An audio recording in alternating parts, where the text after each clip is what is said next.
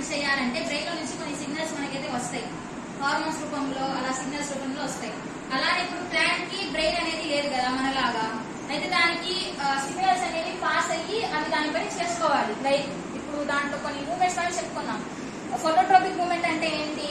Plant యొక్క moment అన్నమాట. అంటే షూట్ సన్లైట్ వైపు గ్రో అవ్వడం, తర్వాత రూట్స్ ఏమో మట్టిలో గ్రో అవ్వడం, ఈ మూమెంట్ ని ఫోటోట్రోపిక్ మూమెంట్ అని చెప్పుకున్నాం. తర్వాత ఏమో జియోట్రోపిజం. జియోట్రోపిజం అంటే ఏంటి? ప్లాంట్ యొక్క షూట్ అప్వర్డ్ మూమెంట్ సన్లైట్ వైపు గ్రో అయ్యేది, తర్వాత రూట్స్ యొక్క డౌన్వర్డ్ అంటే కిందకి. తర్వాత హైడ్రోట్రోపిజం. హైడ్రోట్రోపిజం అంటే ఏంటి?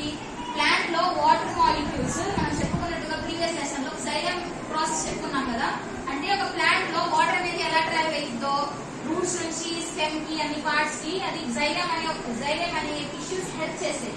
ఇప్పుడు ఆ టిష్యూస్ అవన్నీ పనిచేయాలంటే ప్లాంట్ యొక్క ఓవ్యూల్స్ లో వెళ్ళి అవి రీప్రొడక్టివ్ జరిగి ప్లాంట్ మళ్ళీ గ్రో అయ్యింది. అట్లా ఆ ప్రాసెస్ ప్లాంట్ యొక్క రీప్రొడక్టివ్ ప్రాసెస్ జరిగే మూమెంట్ ని మనం కెమోట్రోపిజం అని చెప్పుకున్నాం.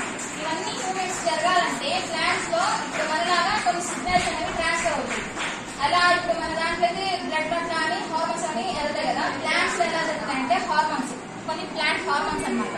ఇవన్నీ మూమెంట్స్ లేకపోతే ప్లాంట్ లో జరిగే కొన్ని యాక్టివిటీస్ అన్ని ప్లాంట్ హార్మోన్స్ ద్వారా కంట్రోల్ అయ్యి జరుగుతాయి.